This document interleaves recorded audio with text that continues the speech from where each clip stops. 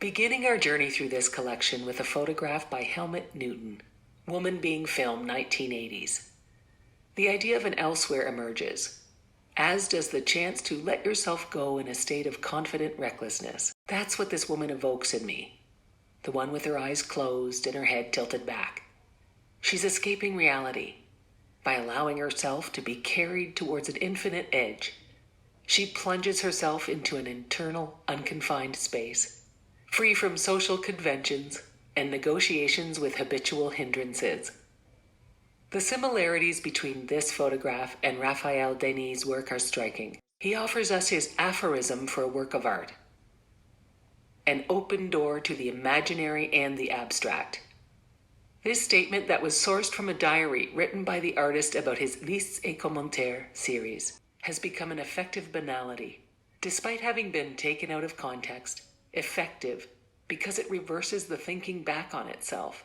Banality is assumed from this preconceived statement that could apply to just about any work of art. Alexei Vasiliev's portrait is torn between two worlds. The fading of his face into the darkness reveals something far more subtle than the identity or personality of the model, who we don't recognize anyway. It's not a portrait. It's an undefinable emotion that simultaneously triggers memory and imagination. Up ahead, two polyhedrons face off. The first is in 3 dimensions by Raphael Denis, and the second by Jérémie Gobet is in 2 dimensions, but it suggests a third. By definition, a polyhedron is an object with several faces, but it's impossible to observe all of the faces at once. Our visual perception doesn't allow for it. Thus, our imagination alone rebuilds what we cannot see. So really, the polyhedron confronts us with our own limits, but it is also asking us to adopt a different perspective in order to make the most of the reconstruction. Reality can be imagined as much as it can be seen.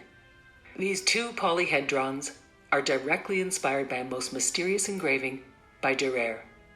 Having been analyzed on numerous occasions, we know that Melancholia 1 is consistent with the golden ratio, an ideal magical number, a proportion that mobilizes builders and architects. This mysterious construction, reinterpreted by Jérémie Gobet and Raphael Denis, neighbors some origami by Rana Begum, a structure that has been cast loose into our space, a work that is both still and moving. It grips the light and changes as the hours go by, a challenging work, highly intricate and extremely lively. Dynamics within the artwork occur once again in The Walking Painting by Fabienne Verdier, which assembles a path with neither beginning nor end. Limitless, delving into imaginary space.